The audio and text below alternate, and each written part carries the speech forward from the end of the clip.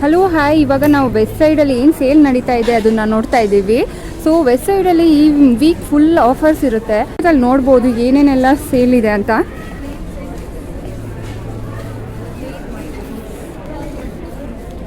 So ನೀವೇನಾದರೂ shopping ಮಾಡಬೇಕಂತ West ಸೈಡಲ್ಲಿ ಪ್ಲ್ಯಾನ್ ಇದ್ದರೆ ಈಗಲೇ ಹೋಗಿ.